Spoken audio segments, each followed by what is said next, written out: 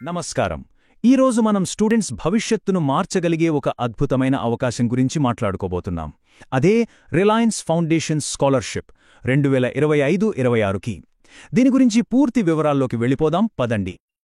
అక్షరాల 10 లక్షల రూపాయలు. అవును, విన్నది నిజమే.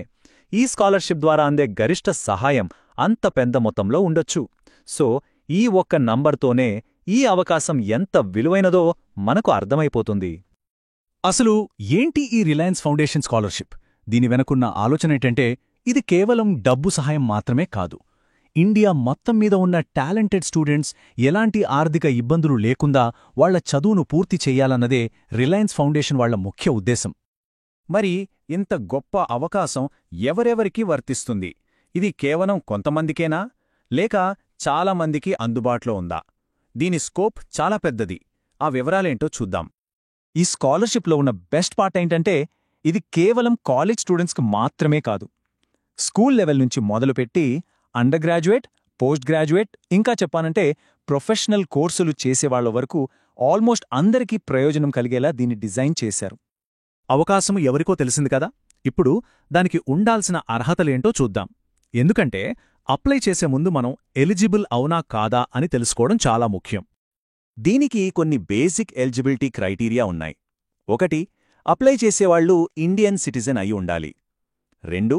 ఇండియాలో గుర్తింపు పొందిన స్కూల్, కాలేజ్ లేదా యూనివర్సిటీలో చదువుతూ ఉండాలి. 3. లాస్ట్ ఎగ్జామ్లో కనీసం 60% మార్కులు వచ్చి ఉండాలి. ఇక 4ది, కుటుంబ వార్షిక ఆదాయం 8 లక్షల రూపాయల లోపు ఉండాలి. అయితే ఇక్కడ చిన్న విషయం గమనించాలి. ఇందాక మనం చెప్పుకున్నవి అందరికీ కామన్ రూల్స్.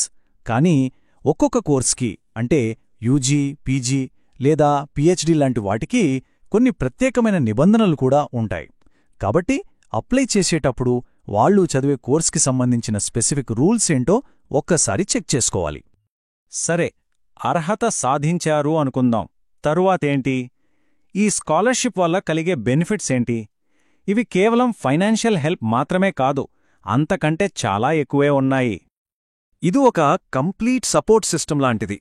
అంటే ట్యూషన్ ఫీజు కవర్ అవుతుంది, పుస్తకాల లాంటి స్టడీ మెటీరియల్స్ కోసం గ్రాంట్ ఇస్తారు, నెలనెలా కొంత అలవెన్స్ కూడా ఉంటుంది. అన్నింటికన్నా ముఖ్యంగా ఎక్స్పర్ట్స్ నుంచి మెంటర్షిప్ యాక్సెస్ కూడా దొరుకుతుంది. చూడండి, డబ్బుల కన్నా కొన్నిసార్లు సరైన సలహా చాలా విలువైంది. ఈ స్కాలర్షిప్లో అదే స్పెషల్. మంచి ఎక్స్పీరియన్స్ ఉన్న కోచ్ల నుంచి, మెంటార్ల నుంచి గైడెన్స్ దొరకడం అనేది ఒక స్టూడెంట్ కెరీర్ని సరైన దారిలో పెట్టడానికి చాలా హెల్ప్ అవుతుంది. ఇంత మంచి అవకాశం గురించి తెలుసుకున్నాం. ఇప్పుడు అసలు విషయానికొద్దాం. అప్లికేషన్ ప్రాసెస్ ఎలా ఉంటుంది? ప్రాసెస్ ఏమన్నా కష్టంగా ఉంటుందా? అస్సలుండదు. స్టెప్ బై స్టెప్ వెళ్తే చాలా సింపుల్. ఆ స్టెప్స్ ఏంటో ఇప్పుడు చూసేద్దాం. అప్లికేషన్ స్టార్ట్ చేసే ముందు ఒక చిన్న చెక్లిస్ట్ లాగా ఈ డాక్యుమెంట్స్ అన్నీ రెడీగా పెట్టుకుంటే పని చాలా ఈజీ అవుతుంది. ఆధార్ కార్డ్, మార్క్స్ మెమోలు, income certificate, bonafide, current year fees receipt, ఒక పాస్పోర్ట్ సైజ్ ఫోటో, ఒకవేళ వర్తిస్తే క్యాస్ట్ సర్టిఫికెట్, ఇవన్నీ స్కాన్ చేసి రెడీగా ఉంచుకోవాలి. ఇక ఆన్లైన్ ప్రాసెస్ విషయానికొస్తే చాలా straight forward. First buddy4study.com website open చేయాలి. అక్కడ రిలయన్స్ ఫౌండేషన్ స్కాలర్షిప్ పేజ్ని వెతికి ఒక అకౌంట్ క్రియేట్ చేసుకోవాలి. తర్వాత అప్లికేషన్ ఫామ్ని జాగ్రత్తగా ఫిల్ చేసి రెడీగా పెట్టుకున్న డాక్యుమెంట్స్ అన్నీ అప్లోడ్ చేయాలి. ఫైనల్గా సబ్మిట్ చేసే ముందు డీటెయిల్స్ అన్నీ 1-2 సార్లు క్రాస్ చెక్ చేసుకోవడం చాలా ముఖ్యం. అంతా అయ్యాక అప్లికేషన్ కాపీని డౌన్లోడ్ చేసి పెట్టుకోవడం మర్చిపోవద్దు. ఇక డేట్స్ విషయానికొస్తే టైం చాలా ఇంపార్టెంట్. మామూలుగా అయితే సెప్టెంబర్లో అప్లికేషన్లు ఓపెన్ అయ్యి నవంబర్లో క్లోజ్ అవుతాయి. కానీ ఇది జస్ట్ ఒక అంచనా మాత్రమే సుమా. 2025-26కి సంబంధించిన కరెక్ట్ డేట్స్ కోసం అఫీషియల్ వెబ్సైట్లు రెగ్యులర్గా ఫాలో అవ్వడం మాత్రం అస్సలు మర్చిపోవద్దు.